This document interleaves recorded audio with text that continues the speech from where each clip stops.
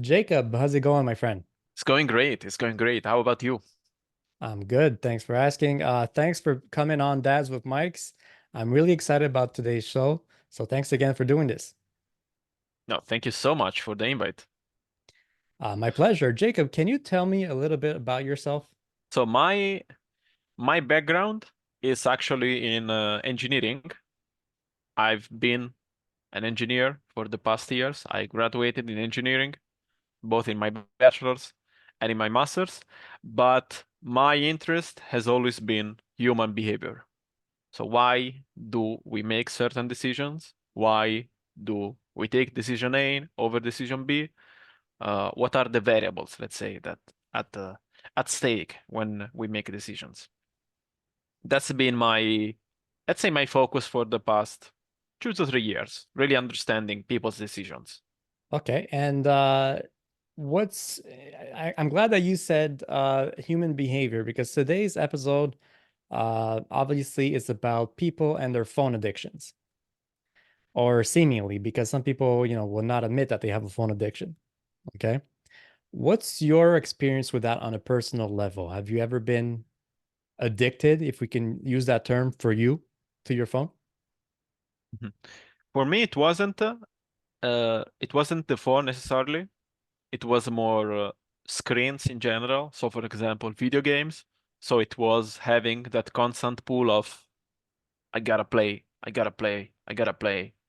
I need to I need to play another game. That was the main one, which I mean the science translates to phones pretty much as well. I mean phones are a bit different in the sense that a video game addiction is more of a trying to replicate the, let's say, the reality of, let's say, being promoted at a job. So imagine we are working and we are putting in a lot of effort and maybe we get promoted in 2 years or 1 year. So the video game, what it does, it replicates that same reality, but it makes being promoted much faster because it matches your skills perfectly. So in video games, for example, you have this concept of ELO. ELO, ELO, was a concept that they invented for chess to match players with a similar skill. So that's part of the addictive thing because you know because you're playing with players with your same skills, right? You know you could win. However, you could also lose. Like the most addictive thing is a 50-50 thing. It's a 50% winning, it's a 50% losing. Right. Because there's always the chance that you will win. And with the phones, actually, that mechanism is similar. Because when we scroll, it's actually what happens with a slot machine, for example. Like if you think of a slot machine, what happens is that you have a winning combination, which for our social media feed will be a post that we like, right? Right. You have a losing combination, which for a social media feed will be a post that we don't like. So we scroll through it. However, the fact that we are 100% sure we will eventually find a post that we like, we keep scrolling.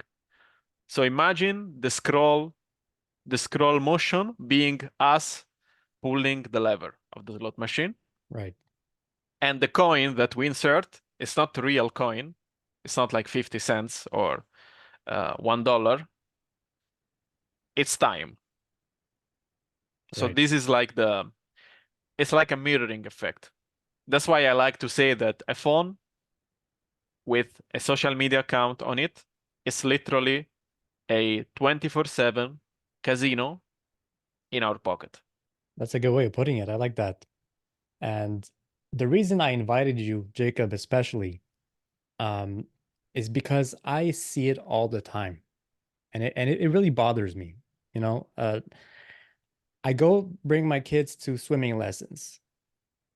I sit down on the side and I like to watch my kids, and I'm not supervising. I like to see because like to take an interest in what they're doing.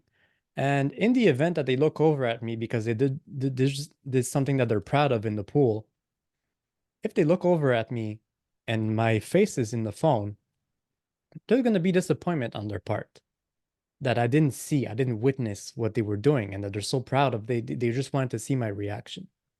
So that's something that a rule that I set for myself is that if I bring my kids to an activity, whether it's swimming or soccer or whatever, then I want to be present and I want them to see me taking an interest in what they're doing. Unfortunately, that doesn't seem to be the case for a lot of other parents. And that's why I wanted you to come on and talk about this topic today. Now, a lot of parents would tell you, or a lot of people in general probably would tell you, no, I don't have a problem. I can, I don't have to see it. I don't have to look at it. I don't have to pick up my phone. But in your experience, what are some signs that a person is addicted to their phone? What are the things that they should look out for that would make them say, oh, you know what? Maybe I do have a problem?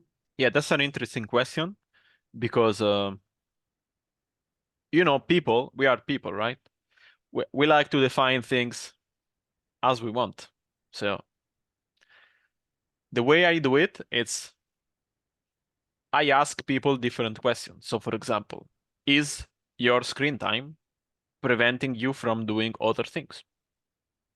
I decided, let's say a month ago, a couple of weeks ago, to never talk about addiction anymore. To never use that word because I think it has a negative connotation. So people think they have like let's call it a disease. It's not a disease. It's okay, your screen time tells me you have spent, let's say, 4 hours scrolling on X. Mhm. So my question is that preventing you from doing other things? The answer might be no or yes. Then, okay. Is that preventing you from having, let's say, the job that you want? Is that preventing you from making the kind of money that you want to make?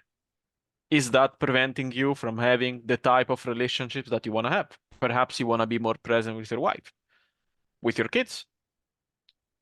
So the more yeses you have, the more it's a problem. Right. So in that case, I remove completely the word addiction. Here we're speaking of absolutes. Yeah. Because addiction, what can be addictive to me, someone else can say, no, but it's not an addiction for me. I can control it. Okay, let me ask you a couple of questions and let's see if it's a problem. That's how I like to uh, Frame it. that's how I like to do it nowadays. Before it was, yeah, phone addiction. Now it's okay, you're spending 3 hours. Are they preventing you from doing XYZ? And if the answer is yes, it's up to you. Do you want to do those XYZ? That's how I'm framing it right now. It's more of I want to give you extra time. Do you want extra time? And Okay. then maybe, let's say, if there is eventually an addiction, then that's my job of, let's say, giving the medicine to the person. But however, I don't want to make it sound bigger than it actually is. That's my goal with it. It's okay, you're spending 4 5 hours here. Why? Like, are you okay with that? Because if you are okay, I am okay. But if you're not okay with that and you want help, I can help. Right. You've helped a lot of people with their phone issues, let's say. Yeah, To yeah, not yeah. to not say addiction, phone issues, or along those lines. In your experience, when you've asked those questions that you've listed for me, are they admitting? Are they willing to say, yes, you know what? Okay, yeah, I do all those things. Or are they hesitant? I'd say so from my experience, they are willing to say yes because I'm picturing them the frame, let's say, of what does it mean if the answer is no. So I'm picturing a future, let's say, or a present rather, in which if all the answers are no, they're living the best life that they can live because they are 100% present. Right. So for them, it makes sense to say yes or no because I'm picturing them like, okay, this is what happens if you get more yeses. So you're not present, you're distracted, you're not getting promoted, you forget names, you don't listen to your wife. This is what happens if you have no. You're present with your wife. She's enjoying your company. Mhm. You're more productive because you distract yourself less. I'm picturing these two, let's say, these two realities which work hand in hand. I'm creating these two realities and I'm showing them, okay, the more yeses you have to my questions, the more we are on the left, which is, let's call it the negative reality. Do you want to stay in the negative reality? Because if you want, I'm okay with it. It's up to you then. We cannot work together because by default, I want to work with you if you want to get to the right side. So if you want to stay on the left, then there is no condition for us to move forward. That's how I approach it. Right. So first thing is they have to realize they have an issue or a problem with it. And then the second step is, do you want to do something about it? Yes or no? Yep. Yes, I can help you. Okay. Yeah. Jacob, what would you Awareness is a say? big part. Awareness, I'd say, it's the biggest part. For sure. Okay. Absolutely. What, let me put it this way. What percentage of any given population, it doesn't matter where, would you say has a problem with the phone? I'm not sure of the percentages, to be honest with you. If you had to I've ballpark it, seen, I'd say more than they are actually admitting it. So whatever percentage is on the web, it's more than that. So let's say if right now I Google it and some study says 60%, let's say, let's pretend it's 60%, I'd say it's more of the 70s, 80s. that's pretty high. But it seems accurate though. It seems bright. And you know what's funny because a couple of weeks ago, uh, I sent out a post on X asking a question to my followers, saying, just like I mentioned earlier, I was bringing my kids to swimming lessons on a Sunday morning, and I asked everybody, out of 10 people, out of 10 parents that are there bringing their kids to the lesson, how many do you think are going to be on their phones? And overwhelmingly, I got answers like 7 and up. Some were even saying 11 or 12 out of 10. Also quite humorous. But you could see that people know of this, and we're all guilty of it in some way or form, some more than others, obviously. But the fact that, out of all these people, that they would say that it's at least 7 out of 10 is mind blowing to me. What is it about the phones that make them so addictive? I'd say it's a combination. So let's start by saying that, and I tweeted about this the other day, which is we will think, right, that the biggest minds on the planet Earth, right, they would be working on, I don't know, developing revolutionary solution to end world hunger. I don't know, some crazy solution with AI to, I don't know, for climate change. Yeah, let's just use some buzzwords, right? Sure. Or trying to find different ways uh, to waste less energy, right? Yeah, The answer is the biggest minds on Earth are in, I don't know, I don't know precisely where, let's say. I want to leave it for the imagination of the viewers, let's say. sure. And they are developing technologies just to make us stay longer on their platform. That's what they're doing. They're literally studying the human brain, neuron by neuron, and asking themselves, how can I take an average human being and make him spend an additional second looking at this? So it's a battle between us that are the product. Right. And why do I say the product? Because if the product is really cheap / free, the product is the consumer. We are the products. Why we are the product? Because what we consume, it's basically a signal to the people to push more of that. It's like, Right. okay, people are looking a lot at this ad. Let me create more advertisement about this. So they are the product. We are the product. So would you say it's more about the apps within the phone or the phone itself, the functions of the phone, or a combination of both? What is it I'd that's say so mostly addictive? the apps. I'd The say apps. mostly the apps. Yeah, yeah, Okay. yeah. Mostly the apps. Like if the phone had no app, let's say, if the phone had no internet connection, You could just use it for phone calls, to send some messages. People wouldn't spend all that time. Like most of the time spent is on apps, Right. which mostly are socials, which again, it's literally social media is the closest thing to sanctioned gambling.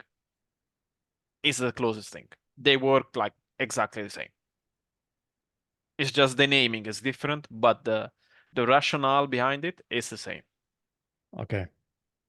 So it's the apps themselves. And what commonality would you say these apps have?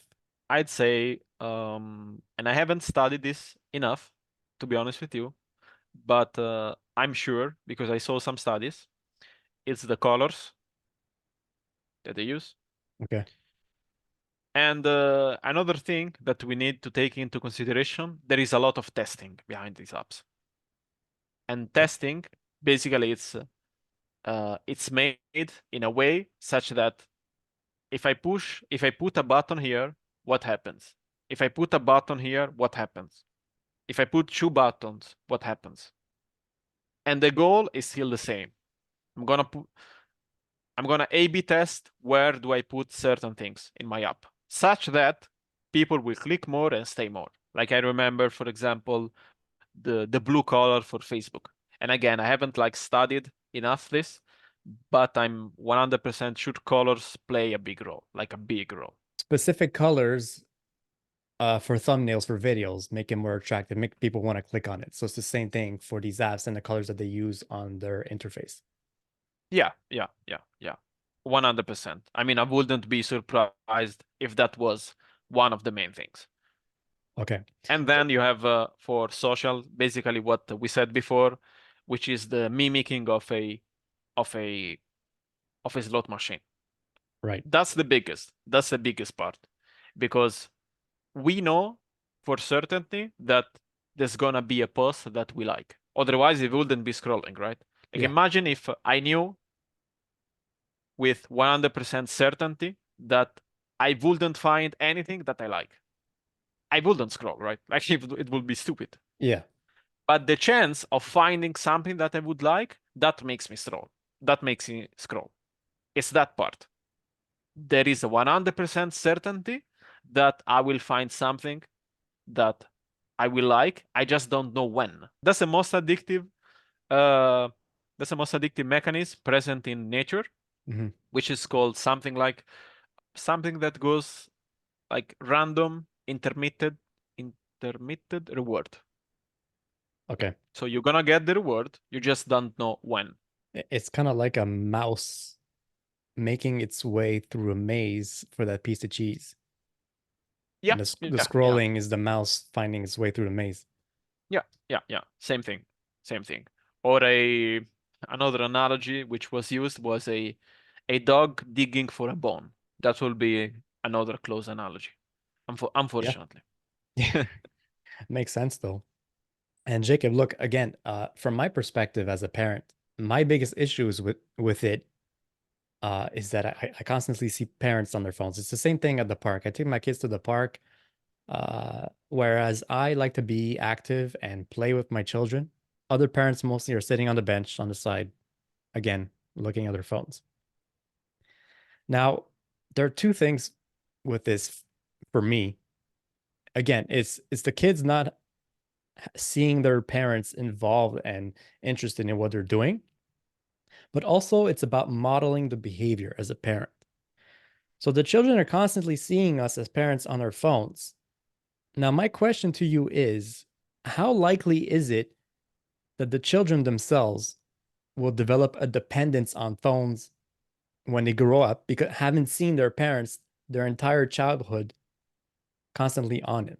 I'd say the chance of developing a dependence is really high. The same way it's really high the chance that if their parents would, let's say, constantly swear at home, Yeah. the kids will mimic that behavior. So they will be swearing as well. I look at them in a really similar way. So for example, if I sometimes I hear parents like saying, things like, I don't know why my kids don't want to read books or they don't want to draw. And I'm like, do you do those things? Like, and the answer is no, most of the time. So then it's how can you expect them to do something you're not even doing? Or even for other things, for example, a parent that's like drinking or smoking, Yeah. which then complains, why do my children drink or smoke? Like, did you give them an incentive? Did you give them the example that they could follow? And again, unfortunately, most of the times the answer is no.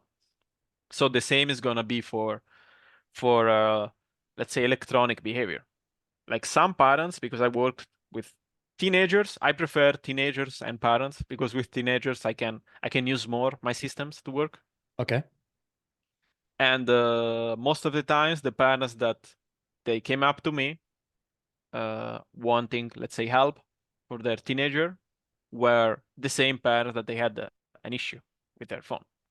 And I Okay. remember one of them telling me, I don't want to lower my screen time, but please, let's help my child. And I'm like, but like, how can we lower it if he has, I mean, we can do it, of course, but like, how is going to work if I do something which in the household is like the opposite of what you and your wife are doing, which is, staying on your phone? Because most of the times, what I've seen is they've seen it as a solution, but in reality, it's a short-term solution for long-term problems. So, for example, the parents, they might be, let's say, lawyers, two lawyers, really successful, they work a Mhm. lot. So during the day, they work a lot, they get exhausted, they get home. So what they do is they give the device to their child or to their teenager if he doesn't have it already. And they tell him, okay, just spend 1 hour here while I take some me time. So they will go on them by themselves, not even together, and they would, let's say chat on Facebook or scroll on X. Right. So for them, it's a short-term solution, right? It's a solution, sorry, but actually it's a short-term solution. And the long-term problem is what we see nowadays. ADHD, kids not listening because why would you listen, right? And Yeah. those are the long-term problems because then you need medications. The kids are not able to focus, but the parents as well are not able to focus. That's it's an infinite chain, basically. It's a chain that feeds itself. That's what happens. Right. So you mentioned that you've helped some parents who just wanted you to help their children or their teenagers in this case, but not Yeah, themselves. but Is not that even themselves. Yeah. possible? It is, but it takes longer. Like eventually the parent itself has to understand that if I want the real result, I need to lower it as well. Like I need to be able to show a good example. Like otherwise it's just cognitive dissonance.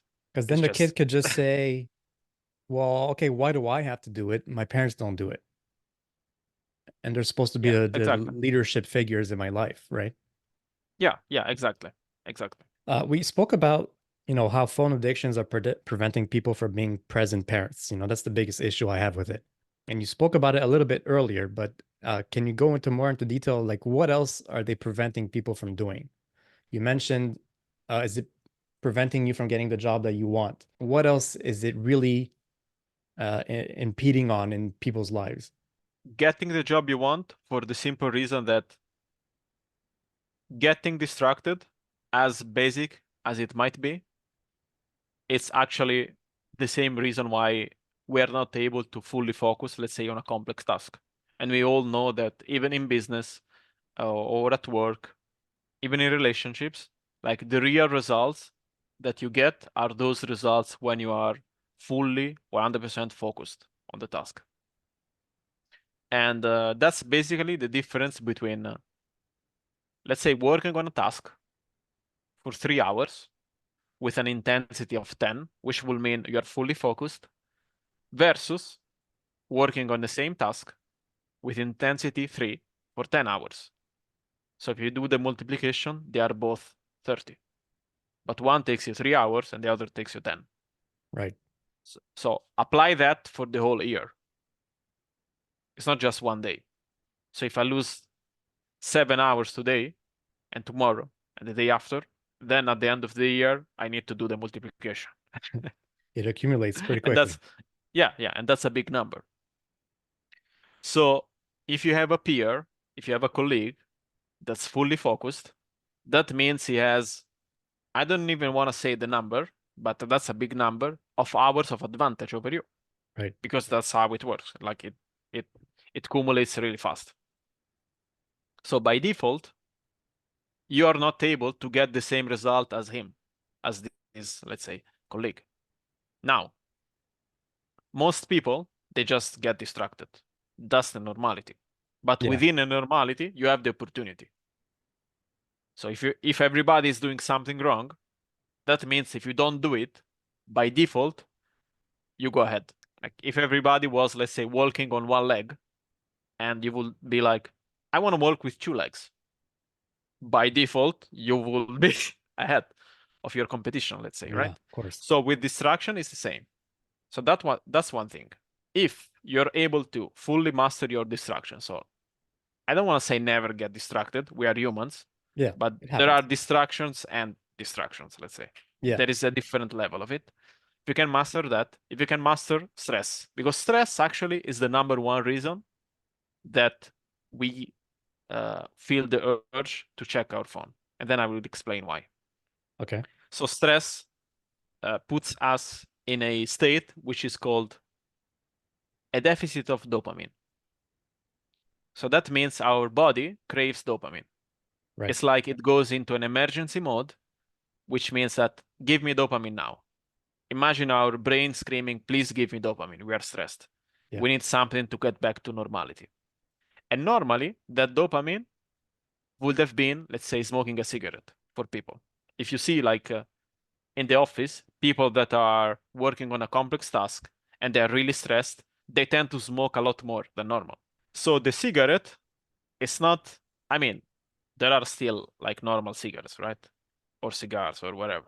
However, now we have the other cigarette, which mimics the normal cigarette, which is the phone. And you might ask, well, why is a cigarette? We were talking about gambling before. Yeah. It's a cigarette because it basically has the same effect. Like it releases dopamine with minimal effort. I mean, with 0 effort, actually. Just picking up the phone. Yeah. So what happens with the phone, and it's the same with video games as well, the part of the brain that manages, let's say, that it's in charge of negative emotions, which is the amygdala, simply calms down. It shuts down. So that means during your 5 minutes, 10 minutes, 30 minutes of scrolling, that stress created by that overwhelming task, you're not feeling it. So you think you are relaxing, but actually you're not relaxing. You're just putting the stress on hold. You're not. Like your body is not feeling better. Like after the scroll, your body will not feel better. Like the stress will restart from where it stopped.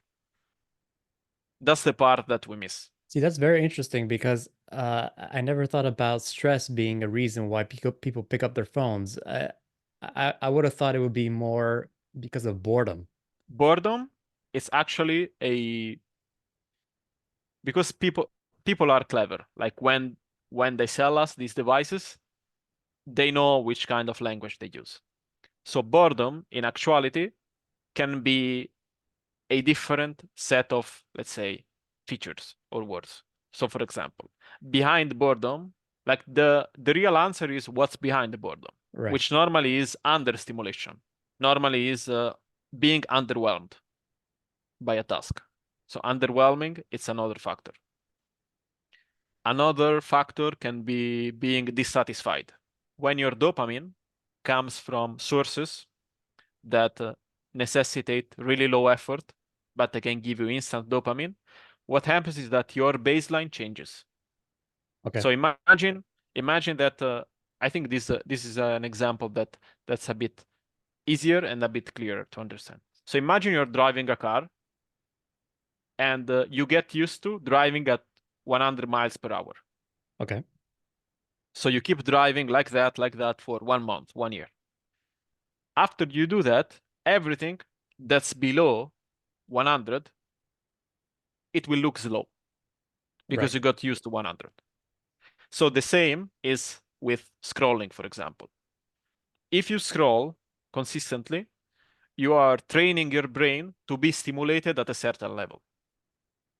So that means everything below that will seem, as you said, boring. But in reality, it's just understimulating. Oh, Like if you okay. never saw scrolling in your life, let's say, let's pretend you never Yeah. scrolled in your life, that will be your normality. So by consistently scrolling, you're just changing your normality to, let's say, you're upping a level on your normality. So everything below it, it sounds boring. That's why children, for example, that play a lot of video games, and you tell them, you wanna go outside, play football? Nah, it's boring. Because for them, it doesn't give them the same amount of stimulation that the video game can give them. So what would you do? Well, you bring up an interesting example. What would be then an appropriate speed, let's say, in your case of the car? So let's translate that into the kids example of wanting them to go outside. What's the appropriate frequency of video games or screen time for a child? Let's say between the ages of 5 and 12. To be honest with you, ideally zero. Yeah, Ideally zero. right. And I will tell you why. Okay. So during that time, the brain is still developing, right? Yeah. And the problem with that, the problem with scrolling and video games is that their brain is developing thinking that they can get rewarded for free. This is like the biggest problem. Right. So imagine your brain developing thinking that you can get dopamine, which is, let's say, progress, for free. You can get promoted for free. You can get that women for free. That's Yeah, the biggest problem with it. right. So okay, so there's no in between then for you in terms of too much and zero. If let me explain to you. In our household, I have two kids, by the way, 6 and 4 years old. So they don't have phones yet, obviously. Okay. They don't play video games. They haven't asked for it yet. So that may be because, and in their circle of friends at school, no one yet has spoken about, oh, on the weekend I was playing this cool video game. You should totally try it out, which would make my son probably want to ask me to purchase a video game console along with the video games, obviously. So that hasn't happened yet. Thank God. Now, It will happen. oh, for sure. It's only a matter of time. Yeah. So for now, the only screen time that they get is television. But I should say, even there, you know, again, we're fortunate that it's very low. Uh, one of the things that we did early on was for television time to be more of a weekend thing. Not all weekend, obviously. So it would be once during the weekend, they'd be allowed to watch between 30, 45 minutes of television. And after a while, this was the rule that we set. We made sure it was respected, we implemented it, and we reinforced it. That's very important.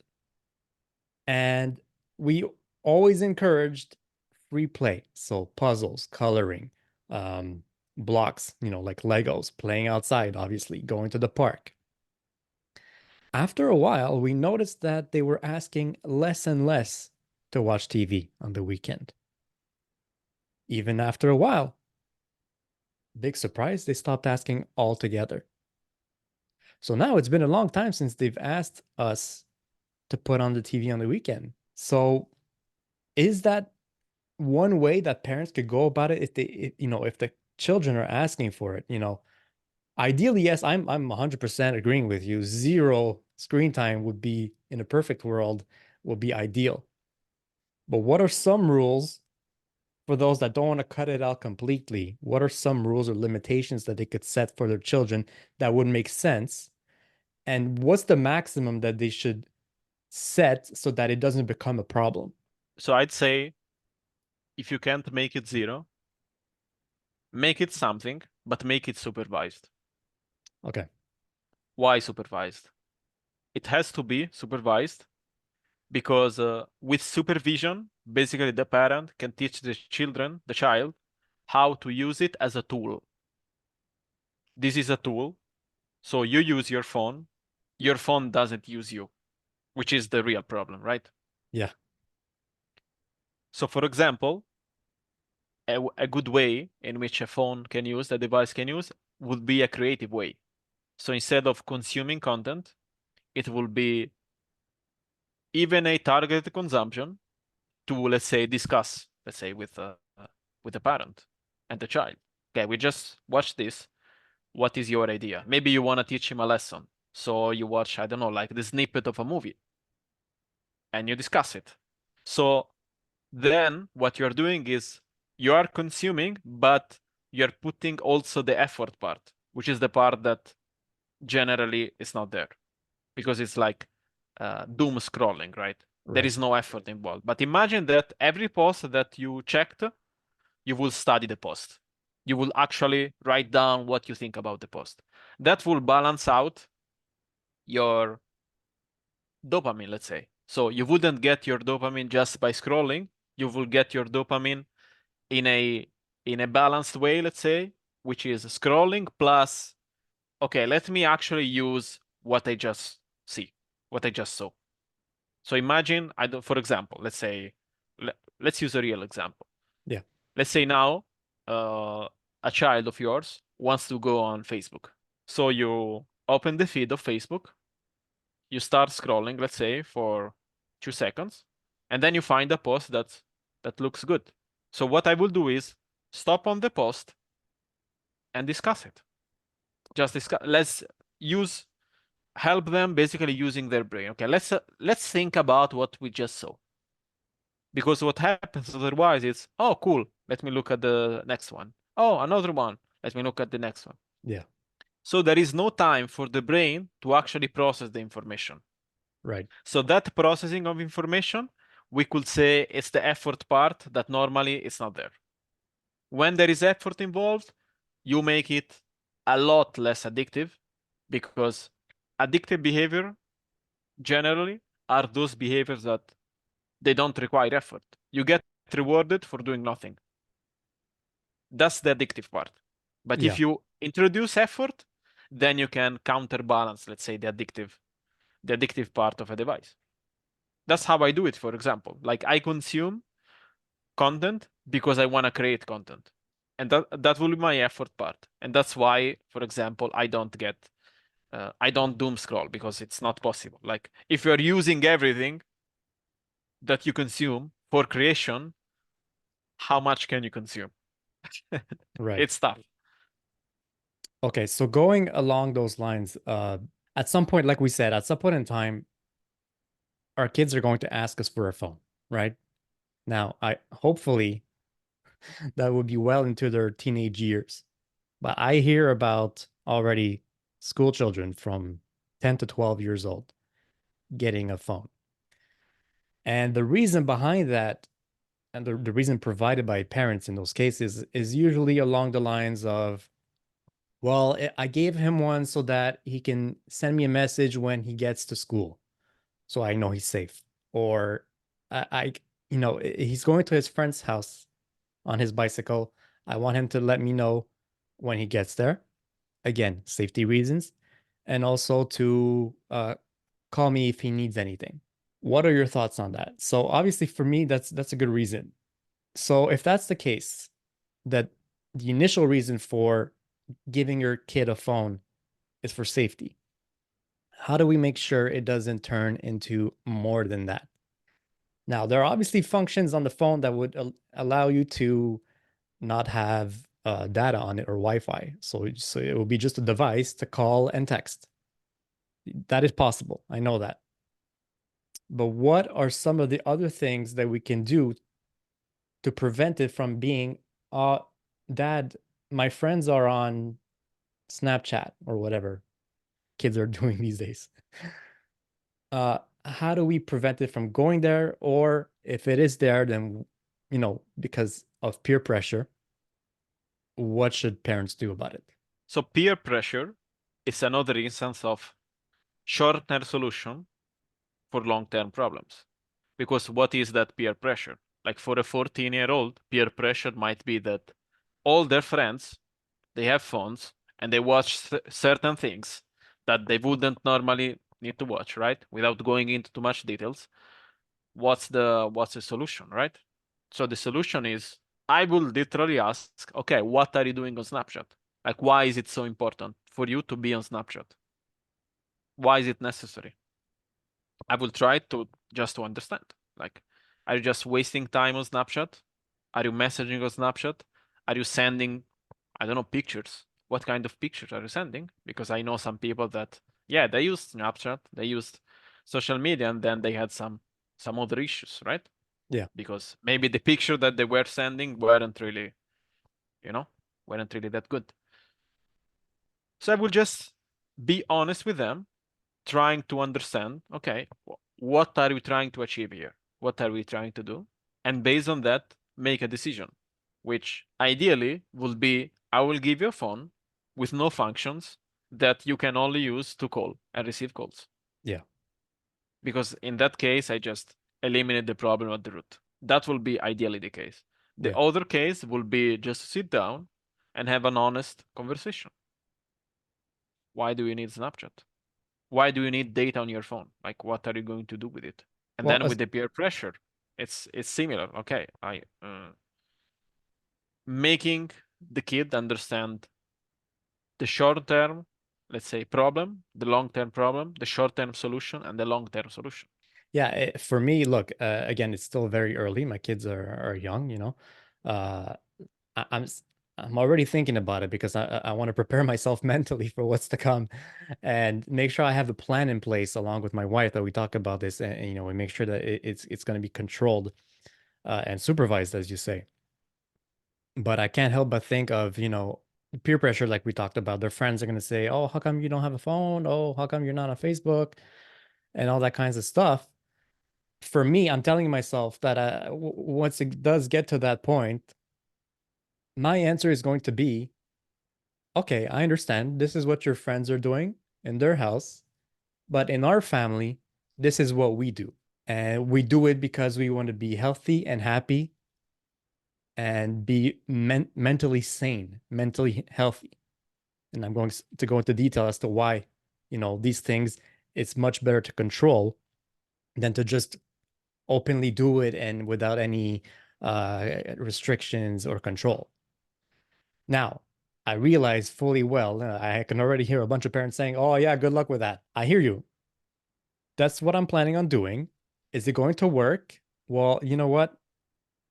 I'm the type of parent that's going to implement this and reinforce it with my wife, and that's going to be the rules.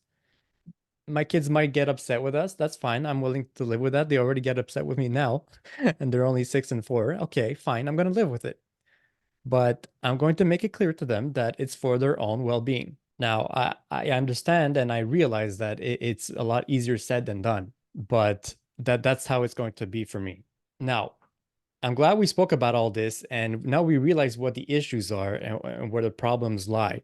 Let's say I'm a client of yours. I come to you, Jacob. I'm really trying to decrease my screen time. Let's say phone time specifically for me. Mm-hmm. Uh, how can you help me? What is your answer? So my answer will be, first of all, to break down your screen time. Like, okay, let's look at your screen time. How much is it? And where is it allocated? So for example, because I had a client actually telling me, I want to cut 2 hours of Instagram because I want to put 2 hours of YouTube because I want to study trading. I Okay, want to get into trading. So what I told him was, why don't you cut 2 hours of Instagram and you add 4 hours of trading on YouTube? right. Why just two? Add two, like make it four. I mean, I was half joking with him, of course, but for me, those 4 hours were 4 hours of effort. That's why I said let's break it down. Because if you are working 8 hours a day, let's say creating, I wouldn't touch your screen time. I will Yeah. tell you that's fine. That's fine because the effort part is behind it. Right. But if there were, let's say, 3 hours, like the 3 to 4 hour mark, sometimes 5, that's a good mark that I found. That's a good estimate that I found for even parents because they do it at work as well. It will be why, like I would basically look at the real reasons. Like there's a bit of digging to do. Like why are you using your phone? Like why are you on Instagram instead of working on that client case? And the answers might be because it's overwhelming. And then from there, basically you get into many rabbit holes because otherwise, because some people will tell you you can just keep your phone in another room. Okay, but are we solving the problem then? It's like saying I don't wanna eat junk food. Like, are we going to remove every McDonald's in the US for you to not to not eat? Like, how can we do that? Right. Right? So I would look at their like there is a need behind it, right? And most of the times the need is I am stressed. I need something that makes me not stressed right now. So then we will look at, okay, why does it make you stressed? Are you sure it's stress? Because most of the times it's actually our perception on something. Something that makes you stressed might make me excited. How can you explain that? It's our perception. Right. Yeah, you have stress, for example. If I sit down for too much, my body is gonna carry some stress. That's normal. However, a majority of the stress created by the work, by the a work job, is more mental. So a big part is gonna be our perception of it. Why do I get stressed if my manager says X, Y, Z? Right? So we would work on that. We will look at all the distraction sources, Yeah. all the stress sources, and we would manage it accordingly, such that something that was stressful, sorry, it's not as stressful anymore, or ideally, it's just not stressful because we just change how we see it. So that's one part. And then another part, it's awareness. All of this we do it in the first week, and then as the program progresses, according to the results, according to what's happening, then we get into more the specific. For example, what's triggering you? Why do you pick your phone reflexively? Or let's write down how you feel before you pick your phone. So with that, you build patterns. And from those patterns, you can really understand, okay, actually, the job that I'm working, it's too stressful, for example. Okay, then we might think of changing the job, for example, because why not? Why Yeah. would you stay in an environment in which it makes you stress, which makes you distracted, which makes you even more stressed, which doesn't allow you to progress as fast as you could? And if that wasn't a solution, for example, we would look at, okay, let's try to minimize it then. It's an engineerist, I'm an engineer, right? So I like an engineeristic approach. I don't Right. like leaving things to chance. I'd be like, okay, let's just make a list of everything that's distracting you, of everything that's stressing you, and let's go on the why, and let's go on for each one a solution.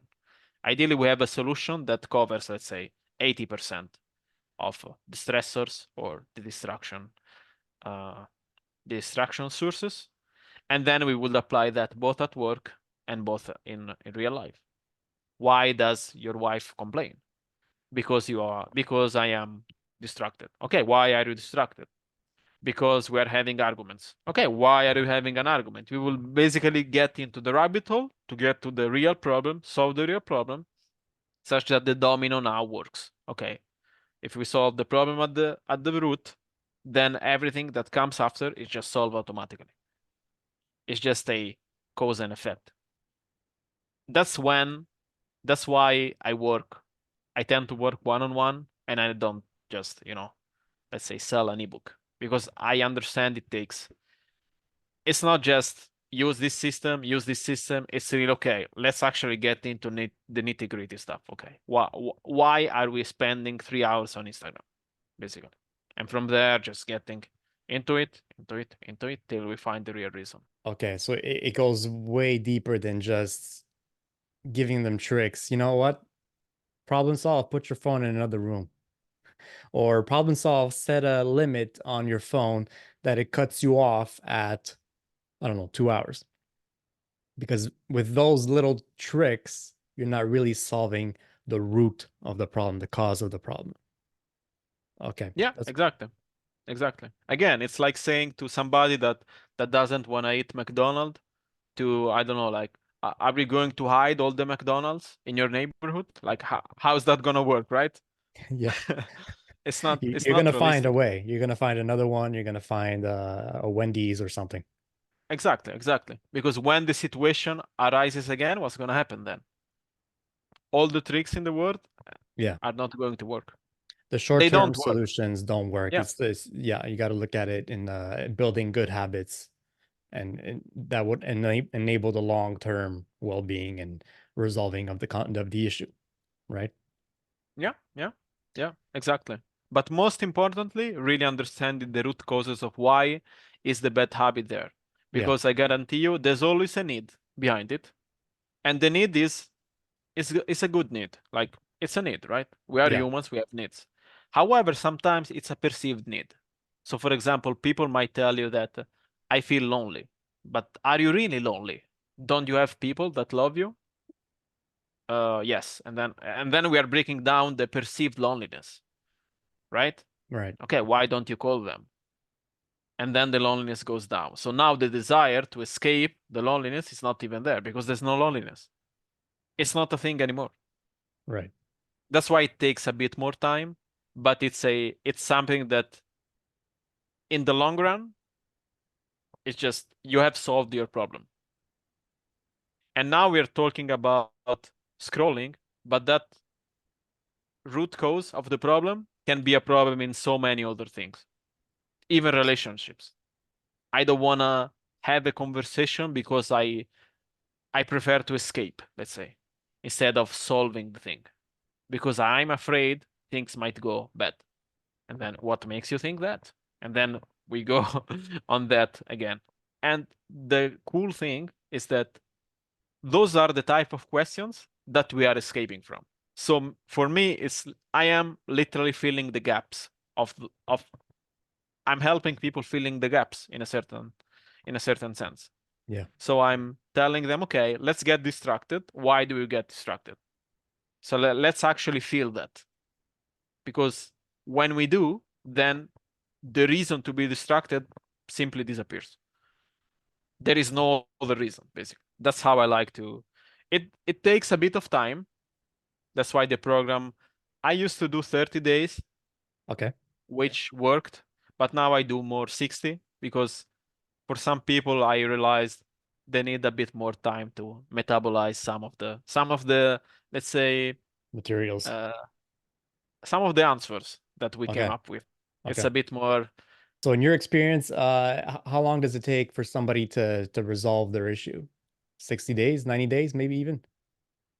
I'd say from 60 to 90, Okay, 60 to 90 days. So normally what I do is I give them a, let's say, homework, okay, which are 10, 15, maximum 20 minutes a day of exercises to do okay. for 60 days.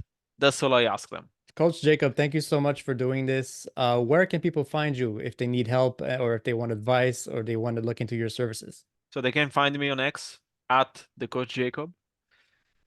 And there I have also a newsletter if they want to sign up to get more in-depth analysis on the whys, the hows, and the whats. And that's pretty much it. Feel free. Anybody wants to send a DM and say hi, or if you have questions, yeah, feel free to reach out, and I will be happy to answer. Awesome. So thanks again. I'm gonna go throw my phone in the garbage now.